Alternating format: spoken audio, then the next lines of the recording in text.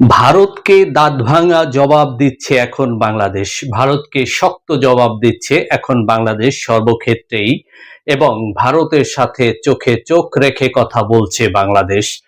কারণ এখন আর সেই দীর্ঘ 16 বছরে যে সরকার ক্ষমতায় ছিল, ভারতের প্রধানত যে সরকার ছিল, ভারতের পুরাতন ভৃত্য যে ক্ষমতায় ছিল, অর্থাৎ ভারতের কথায় চলতো, ভারতের কৃপায় সে ক্ষমতায় আসতো এবং ভারতের স্বার্থ রক্ষা করত, তিনি বাংলাদেশের বা বাংলাদেশের জনগণের কিংবা এই জাতির কোনো স্বার্থ রক্ষা তিনি করেন নাই। তিনি সবসময় ভারতের স্বার্থ রক্ষা করতেন এবং তিনি বলেছেন যে ভারতকে আমি যা দিয়েছি তা আজীবন মনে রাখবে, এবং সেটাই এখন শুরু করেছে ভারত।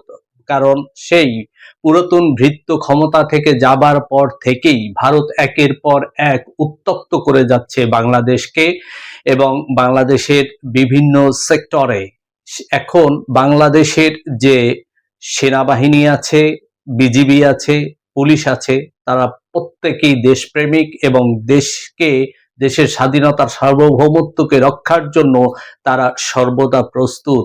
আর সেটা যদি দেশের সরকার হয় প্রকৃত দেশপ্রেমিক এবং তাদেরকে যদি সেরকম মনোবল দিয়ে দেয় সরকার, তাহলে তার কথাই থাকে না।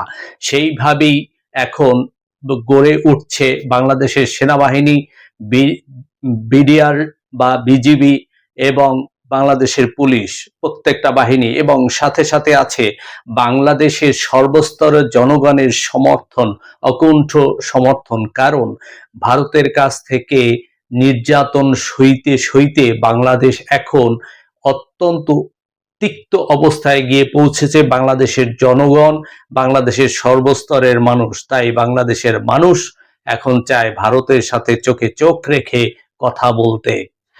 এই উপমহাদেশের সকল দেশ জানে, বাংলাদেশের জনগণও জানে যে বাংলাদেশের দিকে যদি ভারত তাকায় বা কোনরূপ কোনো আক্রমণের চেষ্টাও করে, সেই ক্ষেত্রে দেখা যাবে যে এটা ভারতের জন্যই বুমেরাং হবে, ভারতের জন্যই ক্ষতির কারণ হবে। কারণ ভারতের 7 সিস্টার্স তারা স্বাধীনতা চাচ্ছে, এদিকে কাশ্মীর, পাঞ্জাব তারাও স্বাধীনতা চাচ্ছে।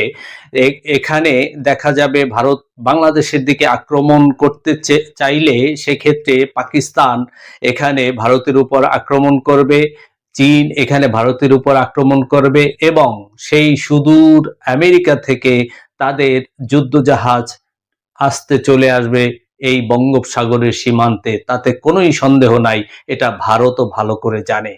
কারণ এখানে জানে যে তৃতীয় সেই দেশ, তারা কিন্তু এখানে এই অঞ্চলটাকে একটি অস্থিতিশীল করে রাখার জন্য, সেই আফ্রিকার মতো এই অঞ্চলটাকেও তৈরি করার জন্য তারা কিন্তু যথেষ্ট চেষ্টা চালিয়ে যাচ্ছে। এই বিষয়টাও ভারতকে ভাবতে হবে।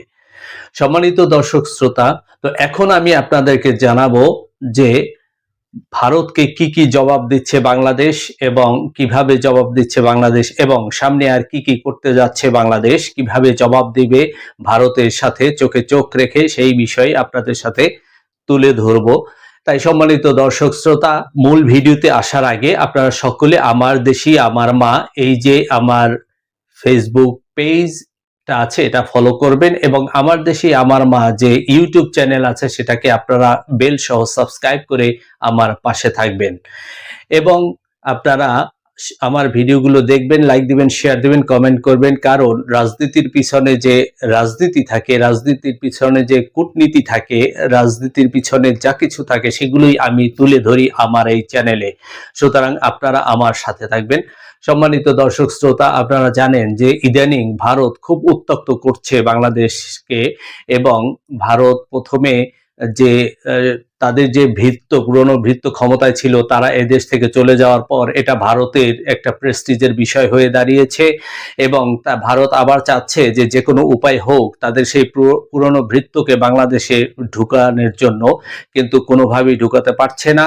যার কারণে এখন তারা বিভিন্ন রকম ভাবে উত্তক্ত করছে। আর এই উত্তক্তর প্রধান যে উৎস সেটাই হচ্ছে সীমান্ত, এবং এই সীমান্তে তারা গত 1 বছরে 28 জন বাংলাদেশি মানুষকে মেরে ফেলেছে, যেটা খুবই দুঃখজনক, যেটা কোনোভাবেই মেনে নেওয়া যায় না। আর এরকম সীমান্ত কিন্তু সারা পৃথিবীর কোথাও নেই। এবং এই আপনারা দেখবেন যে নেপালের সীমান্তে গেলেও কিন্তু তারা উল্টা তারা খায়, নেপালি যে সীমান্তরক্ষী বাহিনী আছে। আর চীনা সীমান্তে কি হয়েছে, চাইনিজ সীমান্তে, সেটা সবাই জানে যে 24 জনকে ভারতের সৈন্যকে পিটিয়ে মেরে ফেলেছে এবং ভারতের অনেক জায়গা চীন দখল করে নিয়েছে। যদিও আমরা এটাকে সমর্থন করি না, কোনো হত্যাকাণ্ড, কোনো যুদ্ধবিগ্রহ, কিন্তু এগুলো কিন্তু হয়ে চলেছে। আর এদিকে আপনারা জানেন যে পাকিস্তানকে শায়েস্তা করার জন্য একবার বিমান আক্রমণ করতে গিয়ে সে বিমান নিয়ে ধপাস করে পড়ে গিয়েছে ভারত। আবার দ্বিতীয়বার আক্রমণ করতে গিয়ে তাদের 5 থেকে 7টা তাদের বিমান, যুদ্ধ বিমান তারা হারিয়েছে এবং তাদের অনেক ক্ষয়ক্ষতি হয়েছে। সুতরাং ভারতের যে অবস্থা কি সেটা কিন্তু আশেপাশের দেশগুলো জানে, সবাই জানে। কিন্তু একমাত্র বাংলাদেশ সীমান্তে তারা এসে খুব ক্ষমতা দেখায়, আর এর সাহসটা দিয়েছিল শেখ হাসিনা। এই সাহস দেওয়ার কারণেই এখন তারা বাংলাদেশ সীমান্তে এরকম করছে। আর তারই বিরুদ্ধে এইবার বাংলাদেশ জেগে উঠেছে। এইবার বাংলাদেশের সরকার বলেছে বাংলাদেশ সীমান্তেও তারা কাঁটাতারের বেড়া দিবে, বাংলাদেশ কাঁটাতারের বেড়া দিবে। এটাই আমরা চাই, আমার দেশের জনগণ এটাই চায় যে বাংলাদেশ সীমান্তেও কাঁটাতারে বেড়া দিয়ে দিলে তারা পুশ ইন পুশ ব্যাক এগুলো কোনো কিছুই হবে না। সাথে সাথে তারা যে সারা পৃথিবীতে কিছু মিথ্যা প্রোপাগান্ডা ছড়ায়, যে গরু চুরি করতে যায়, চোরা কারবারি যায়, এই সব কথা বলে সারা পৃথিবীতে ছড়ায় এবং বাংলাদেশের মানুষকে গুলি করে হত্যা করে, এগুলোও বন্ধ হবে। এবং যে কোনোভাবেই ভারতের বাংলাদেশের সীমান্তের চারপাশে তারা যে ফেন্সিডিলের কারখানা গড়ে তুলেছে, বাংলাদেশে ফেন্সিডিল মাদক পাঠায়, সেগুলোও বন্ধ হবে এবং চোরাকারবারি বন্ধ হবে। এবং ভারত থেকে যদি কোনো পণ্য না আসে সেটা বাংলাদেশের জন্য ভালো। ভারত থেকে যদি কোনো গরু না আসে সেটা বাংলাদেশের জন্য ভালো। কারণ আপনারা জানেন যে এক সময় বাংলাদেশের প্রায় প্রত্যেকটা ঘরে ঘরে একাধিক গরু থাকতো। আমাদের ছোটবেলা আমরা দেখেছি সকালবেলা রাস্তা দিয়ে লাইন দিয়ে গরু নিয়ে চলতো মানুষ। আর এখন সেখানে কেউ গরু পালে না, কারণ ভারত থেকে গরু এমন ভাবে ছেড়ে দেয় যাতে বাংলাদেশের গরু দাম আর সঠিকভাবে পায় না। তারা বাংলাদেশের গরু খামারিরা তারা মার খেয়ে যায়। এরকম ভাবে এখন ভারত বলছে গরু দিবে না। আমরা খুবই খুশি, তাহলে আমাদের গরুর যে উৎপাদন অনেক বাড়বে এবং আমাদের এই ভারতের উপর এই মাংসের নির্ভরতা কমে আসবে। সাথে সাথে তারা যদি পিএস দেয়া বন্ধ করে দেয় কিংবা যা যা ভারত থেকে আসে এগুলো যদি বন্ধ করে দেয়, তাহলে আমার দেশ আরো স্বয়ংসম্পূর্ণ হয়ে যাবে সব দিক থেকে। সেটা আমার দেশের জন্য ভালো। তাদের অর্থনীতির ক্ষতি হবে এবং আমার দেশ স্বয়ংসম্পূর্ণ হবে সকল দিক থেকে, এটা আমাদের জন্য ভালো। তাই আমরাও চাই সীমান্তে কাঁটাতারের বেড়া দেয়া হোক এবং এই প্রজেক্টটা চীনের কাছে দিয়ে দেওয়া হোক। চায়নার কাছে দিলে সেটা খুবই ভালো হবে। তাহলে ভারত একেবারে চুপ হয়ে যাবে, আর কোনো কথা বলার তাদের কোনো সাহস শক্তি কিছু থাকবে না। কারণ চায়নার কাছে গেলে তারা একেবারে বিড়াল হয়ে যায়, পাকিস্তানের কাছে গেলে তারা একবারে বিড়াল হয়ে যায়, আর বাংলাদেশের কাছে আসলে তারা একেবারে বাঘ হয়ে যায়। তাই এখন বাংলাদেশও সেই যেটা দেখা যাচ্ছে যে ভারত যত বেশি অন্যায়, অত্যাচার, নির্যাতন বাংলাদেশের উপর চালাবে, তত বেশি বাংলাদেশ কিংবা চীন, পাকিস্তান তারা বাংলাদেশের দিকে ঝুঁকবে। কারণ বাংলাদেশ তার স্বাধীনতা, সার্বভৌমত্বকে রক্ষা করার জন্য পৃথিবীর যে কোনো দেশের সাথেই তারা চুক্তি করতে বা একই পথে চলতে রাজি আছে। এখন যেটা ইদানিং দেখা যাচ্ছে যে বাংলাদেশ, পাকিস্তান, মালয়েশিয়া এবং তুরস্ক এ নিয়ে একটি জোট হচ্ছে। আস্তে আস্তে বাংলাদেশের যে বন্ধু দেশগুলো আছে সারা পৃথিবীতে সেগুলো আরো বেড়ে যাচ্ছে, আরো বন্ধুত্ব শক্তিশালী হচ্ছে, যেগুলো এই দীর্ঘ 16 বছরে একেবারে ধ্বংস করে দিয়েছিল শেখ হাসিনা এই ভারতের পরামর্শে এবং ভারতের উদ্যোগে। তাই সেগুলো এখন আবার নতুন করে তৈরি হচ্ছে, বাংলাদেশ আরো শক্তিশালী হচ্ছে, সারা পৃথিবীতে বাংলাদেশ আরো মাথা উঁচু করে দাঁড়াবে, মাথা উঁচু করে টিকে থাকবে। কারণ বাংলাদেশ একটি স্বাধীন সার্বভৌম দেশ এবং এই দেশের মানুষ অত্যন্ত সাহসী, অত্যন্ত বিচক্ষণ এবং তারা এই যে কোনরূপ কোনো ভারতের কাছ থেকে অন্যায় অত্যাচার তারা মেনে নেবে না। তারা প্রয়োজনে যুদ্ধ করবে এবং তারা মানব ঢাল হয়ে দাঁড়াবে বাংলাদেশের 12 আনি মানুষ 80 ভাগের উপরে। কিন্তু আমি যেটা বলি, যুদ্ধ কোনো দেশের জন্যই কিন্তু সমাধান নয়। যুদ্ধ কোনোদিন শান্তি আসতে পারে না যুদ্ধে।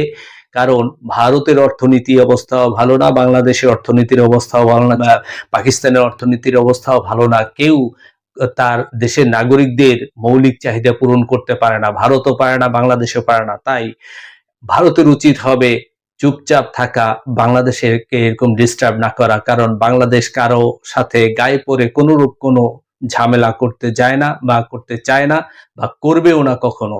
কিন্তু যদি বাংলাদেশের গায়ের উপরে এসে পড়ে, সেক্ষেত্রে বাংলাদেশ কি করবে সে তার পররাষ্ট্রনীতি নতুন করে তৈরি হচ্ছে, সবকিছু আমরা সামনে দেখতে পাবো। কিন্তু আমরা যুদ্ধ চাই না, আমরা শান্তি চাই, আমরা ভারতের সাথে বন্ধুত্ব চাই, কোনরূপ কোনো যুদ্ধ সংঘাত চাই না। ভারতেরও সেইটা চাওয়া উচিত। ভারত যতই নিজেকে দাদাগিরি দেখাক, অনেক বড় কিছু মনে করুক, তারা মনে করে বাংলাদেশ মনে হয় তাদেরকে ভয় পায়। আসলে মোটেই নয়। বাংলাদেশ বা বাংলাদেশের জনগণ ভারতকে মোটেই ভয় পায় না। এই ধারণা তাদের সম্পূর্ণ ভুল। কারণ বাংলাদেশ অনেক সাহসী একটি দেশ, অনেক সাহসী একটি জাতি। তাই আমি সর্বশেষে যেটা আহ্বান জানাবো যে ভারতকে এই ধরনের উত্ত্যক্ত না করা, এই ধরনের ডিস্টার্ব না করা বাংলাদেশকে। কারণ এতে উভয় দেশেরই ক্ষতি হবে, উভয় দেশই ধ্বংস হবে। তৃতীয় কোনো দেশ এসে এখানে ফায়দা লুটবে, এটা ভারতেও জানে, আমরাও জানি। তাই সবাইকে ধৈর্য সহকারে থাকা উচিত, কাউকে ডিস্টার্ব না করাটাই ভালো। আমার দেশের ভিতরে ভারত শত্রু ঢুকিয়ে দিবে এবং আনস্টেবল করে রাখবে আমার দেশটাকে, এটা কোনোদিন হতে পারে না।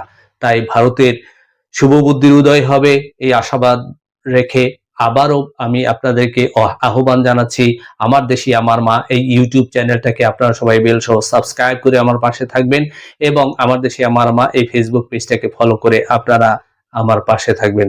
ধন্যবাদ সবাইকে। আসসালামু আলাইকুম ওয়া রাহমাতুল্লাহি ওয়া বারাকাতুহু।